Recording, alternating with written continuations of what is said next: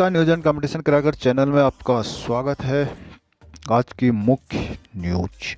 समान नागरिक संहिता बाकी राज्यों के लिए भी अहम। धामी उत्तराखंड में जमीनों का दुरुपयोग रोकने के लिए बनाएंगे सख्त भू कानून। पहाड़ पर बने सीमेंट की सड़कें महाराज। विश्व के लिए हिमालय शक्ति का स्रोत। देहरादून में नहर और नदी तटों से हटाया जाएगा अतिक्रमण। देहरादून के होनहारों का नीट में शानदार प्रदर्शन। नेताओं की फोटो लगाकर ठगने वालों पर गैंगस्टर। एमी ने कहा कि उत्तराखंड में तैयार की जा रही समान नागरिक संहिता यूनिफॉर्म सिविल कोड अन्य सभी राज्यों के लिए अनुकरणीय साबित होगी। उन्होंने संहिता को लेकर जनता से अधिक राय देने की अपील की है। उत्तराखंड में समान नागरिक संहिता के लिए गठित विशेषज्ञ समिति ने गुरुवार को सचिवालय मुख्यमंत्री से भेंट की। इस दौरान मुख्यमंत्री ने कहा कि उन्होंने जनता से समान नागरिकता संहिता लागू करने का वादा किया था। इसी क्रम में सरकार बनने के बाद पहली कैबिनेट बैठक में इसके लिए समिति बनाने की मंजूरी दे दी गई थी। अब समिति भी तेजी से काम कर रही है। भू कानून समिति की सिफारिशों को लेकर गुरुवार को सचिवालय में मंथन हुआ। समिति ने मुख्यमंत्री पुष्कर सिंह धामी के समक्ष भू कानून से जुड़ी सिफारिशें विस्तार से रखी। इस दौरान सीएम ने साफ किया कि राज्य में जमीनों का दुरुपयोग रोकने को सख्त कानून बनाया जाएगा। भू कानून समिति ने जनता की राय के बाद सिफारिशों को अंतिम रूप दिया था। इस दौरान समिति ने यह सुनिश्चित करने का प्रयास किया कि भू कानून से निवेश प्रभावित न हो और राज्य की जरूरतों तथा जनता की भावनाओं के अनुरूप जमीनें भविष्य की पीढ़ियों के लिए भी संरक्षित रखी जा सके। लोक निर्माण मंत्री सतपाल महाराज ने कहा कि उत्तराखंड के पर्वतीय क्षेत्रों में सड़कों का निर्माण टनल बेस्ड होना चाहिए। साथ ही उन्होंने पहाड़ पर सड़कों का निर्माण सीमेंट से करने की पैरवी की। लोक निर्माण विभाग मंत्री महाराज गुरुवार को कर्नाटक के बेंगलुरु में केंद्रीय सड़क परिवहन और राजमार्ग मंत्रालय द्वारा आयोजित 2 दिवसीय राष्ट्रीय सम्मेलन मंथन में शामिल हुए। सम्मेलन में महाराज ने कहा कि राज्यों में दूरस्थ क्षेत्रों तक सड़क पहुंचाने के लिए नई तकनीक का उपयोग और सुरक्षा उपायों की जरूरत है। महाराज ने कहा कि पहाड़ों में अधिकांश स्थानों पर गांव सड़कों के ऊपर बसे हैं, जिससे कंपन होता है और गांव में खतरा पैदा होता है। इसे देखते हुए उन्होंने नेशनल हाईवे के निर्माण मानकों के तहत सड़क के लिए 24 मीटर के स्थान पर 14 मीटर की जमीन अधिग्रहित करने की जरूरत पर बल दिया है। इस दौरान उन्होंने पौड़ी के ग्राम गुमखाल का उदाहरण भी दिया। सैनिक कल्याण और ग्राम विकास मंत्री गणेश जोशी ने हिंदुस्तान हिमालय बचाओ अभियान के तहत अपने कैंप कार्यालय में पौधा रोपा। उन्होंने वहां लोगों को हिमालय बचाने की शपथ भी दिलाई। मंत्री ने साहित्यकार सोनलाल दुबे की कविता की कुछ पंक्तियां युग युग से ही है अपने पथ पर देखो कैसा खड़ा हिमालय, दिखता कभी नहीं अपने प्रण से, रहता प्रण पर अड़ा हिमालय भी गुनगुनाई। उन्होंने कहा कि अनियोजित विकास के कारण हिमालय को चुनौतियों का सामना करना पड़ा। यह गंभीर परिस्थितियां मुद्दों की वजह बनता है। उन्होंने कहा कि हिमालय औषधि गुणों का भंडार है जो गंगा के पानी को विशेष बनाता है और न केवल गंगा बल्कि कई छोटी छोटी नदियों को भी जीवन देता है। हिमालय न केवल भारत बल्कि पूरे विश्व के लिए शक्ति का स्रोत और मूल्यवान विरासत है।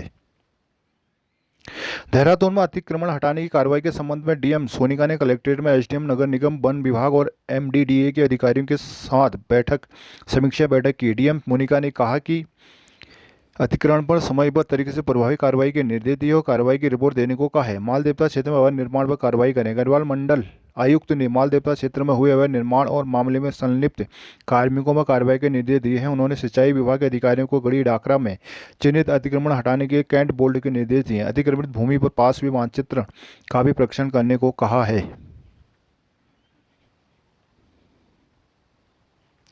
दून की रिया ने प्रतिष्ठित नीट परीक्षा में 77वीं ऑल इंडिया रैंक हासिल कर उत्तराखंड का नाम रोशन किया है। रिया सबसे अच्छी रैंक पाकर उत्तराखंड की टॉपर भी बनी है। अब वे एक सफल डॉक्टर बनकर समाज की सेवा करना चाहती है। गुरुवार को दून में आकाश बायजूस इंस्टीट्यूट की ओर से रिया और उसके माता पिता को भी सम्मानित किया गया। रिया ने इस संस्थान से 1 साल तक मेडिकल की तैयारी की। रिया मूल रूप से नैनीताल के गांव बेलपड़ाव की रहने वाली है। पिछले 11 साल से परिवार के साथ देहरादून की नई बस्ती क्लेमन टाउन में रह रही है। उनकी 12वीं तक की पढ़ाई आर्मी पब्लिक स्कूल कले टाउन में हुई। रिया ने वर्ष 2021 में आकाश बायजूस में 1 साल की कोचिंग की। रिया के पिता Pushkar Singh Khanayat retired honorary captain है। उनकी माता कला खनायत गृहिणी है। उनके भाई बड़े राजेंद्र सिंह खनायत भी बीटेक के बाद सरकारी नौकरी की तैयारी कर रहे हैं। रिया ने अपनी सफलता का श्रेय आकाश बायजूस के अलावा अपने माता पिता और पढ़ाई को दिया। उन्होंने कहा कि 1 साल की कोचिंग के बाद वो उत्तराखंड टॉपर बन पाई है। रिया की सफलता पर आकाश बायजूस के एमडी आकाश चौधरी सहित पूरे स्टाफ ने उन्हें शुभकामनाएं दी।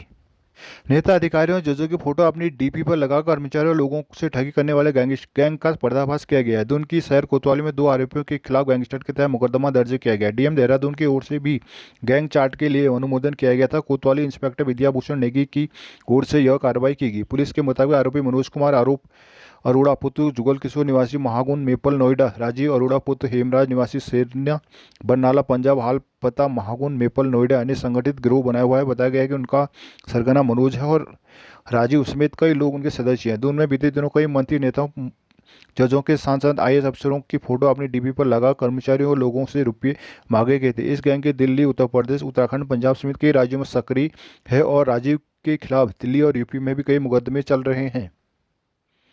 बेसिक से एलटी कैडर में आए शिक्षकों के चयन और प्रोन्नत वेतनमान में पूर्व की सेवा का लाभ मिल सकता है। सरकार के निर्देश पर शिक्षा महानिदेशक बंशीधर तिवारी की अध्यक्षता में गठित समिति ने मंडलीय अपर निर्देशकों को पात्रों के मामले निरस्त करने को कहा है। महानिदेशालय में 2 दिन उच्च स्तरीय बैठक में इसे लेकर सहमति बन गई थी।